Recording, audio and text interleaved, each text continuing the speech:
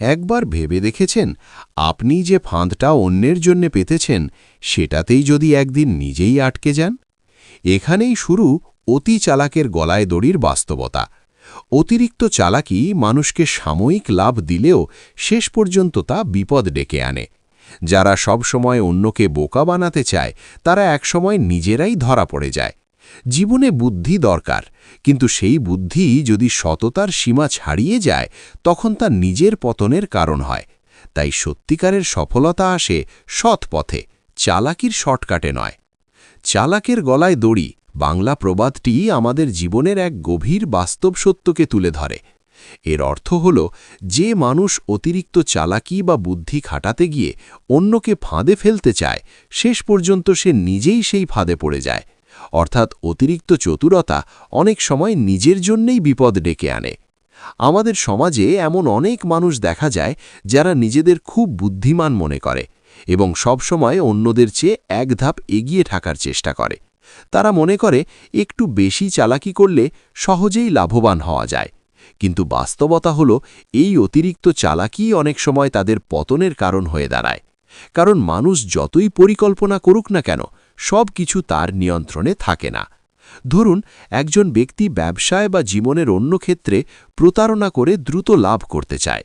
প্রথম দিকে হয়তো সে সফলও হয়, কিন্তু একসময় তার এই চালাকি ধরা পড়ে যায়। তখন সে শুধু সম্মানই হারায় না, বরং আইনি বা সামাজিকভাবে বড় ক্ষতির সম্মুখীন হয়। তখনই প্রবাদটি সত্য হয়ে ওঠে, অতি চালাকের গলায় দড়ি। ইসলামিক দৃষ্টিকোণ থেকেও অতিরিক্ত চালাকি বা প্রতারণা নিন্দনীয়। ইসলাম আমাদেরকে সততা, ন্যায়পরায়ণতা ও সরলতা শিক্ষা দেয়। কেউ যদি অন্যকে ঠকিয়ে নিজের স্বার্থ হাসিল করতে চায়, তবে তা আল্লাহর কাছে গ্রহণযোগ্য নয়, বরং এমন কাজের জন্য পরকালে শাস্তির কথাও বলা হয়েছে। তাই একজন মুমিনের উচিত নিজের বুদ্ধিকে সৎ পথে ব্যবহার করা, কৌশলকে অন্যের ক্ষতির জন্য নয় বরং কল্যাণের জন্য কাজে লাগানো। জীবনে সফল হতে হলে বুদ্ধি অবশ্যই প্রয়োজন, কিন্তু সেই বুদ্ধি যেন সীমার মধ্যে থাকে এবং নৈতিকতার বাইরে না যায়। অতিরিক্ত চালাকি না করে সৎ ও পরিশ্রমী হওয়াই প্রকৃত সফলতার পথ। কারণ সাময়িকভাবে চালাকি দিয়ে কিছু অর্জন করা গেলেও তা দীর্ঘস্থায়ী হয় না। শেষ কথা হল, জীবনে ভারসাম্য খুব গুরুত্বপূর্ণ। বুদ্ধিমান হওয়া ভালো, কিন্তু অতিরিক্ত চালাক হওয়া বিপজ্জনক। তাই আমাদের উচিত এমনভাবে চলা যাতে আমরা নিজেরা নিরাপদ থাকি এবং অন্যদের জন্য কল্যাণকর হতে পারি। তখনই এই প্রবাদটির শিক্ষা আমরা সত্যিকার অর্থে উপলব্ধি করতে পারি।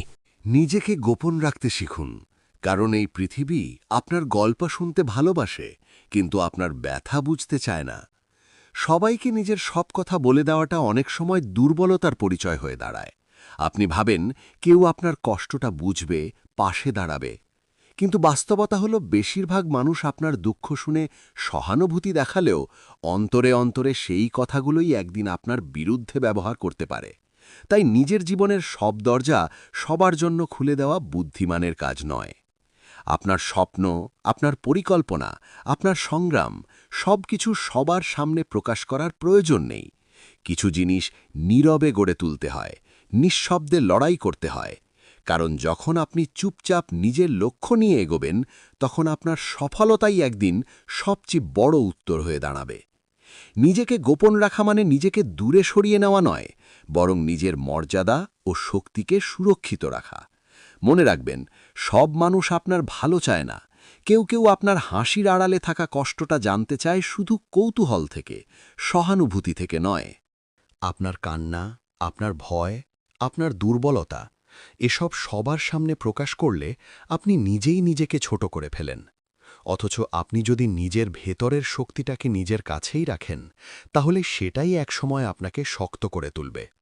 জীবনে এমন একটা অবস্থানে পৌঁছান যেখানে আপনার নীরবতাই কথা বলে, আপনার কাজই পরিচয় দেয়।